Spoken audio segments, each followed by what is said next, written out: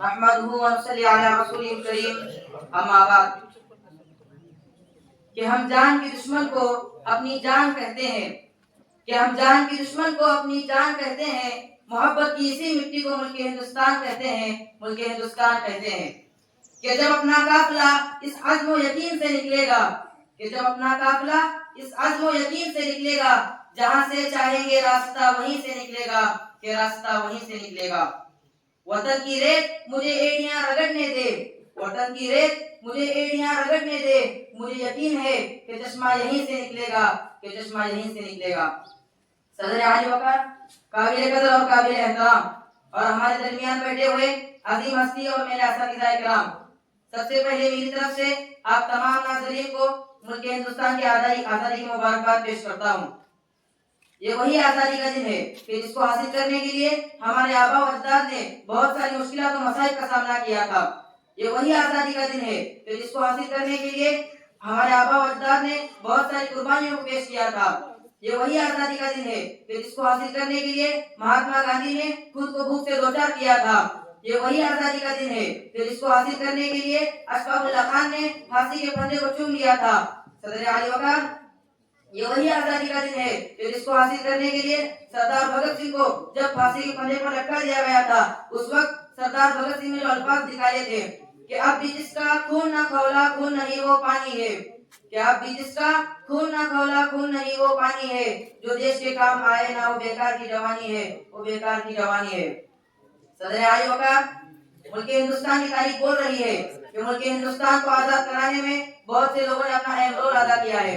اگر ہم بہادر شاہ ظفر کی بات کریں تو 1857 کے ہنگامے میں انہیں رنگون کے کالی کوٹریوں کے پیچھے ڈھکیل دیا گیا تھا۔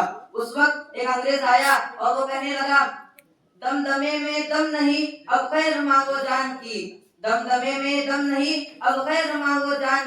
اے ظفر ٹھنڈی پڑی شمشیر ہندوستان کی۔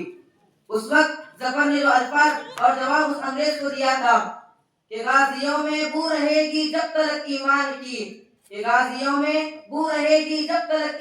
کی، تخت لندن تک چلے گی تیغ ہندوستان کی۔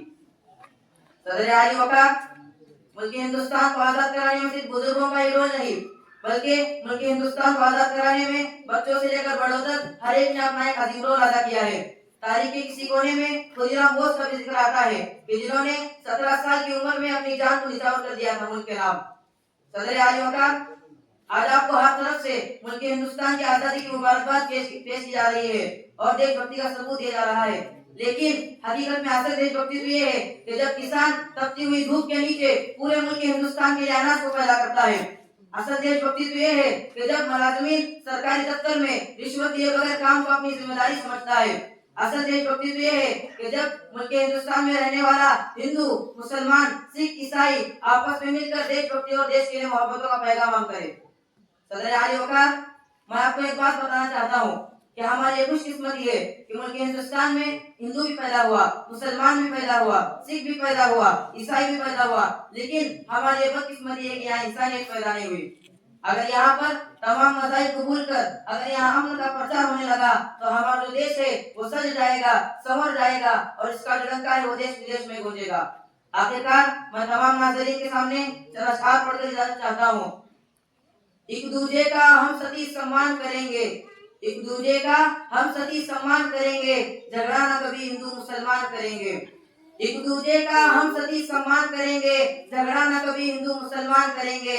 نفرت جو پھیلائے ہمیں آپس میں لڑا کر اس کے خلاف ہم جنگ کا اعلان کریں گے۔ جان سے بھی پیارا ہے ہمیں اپنا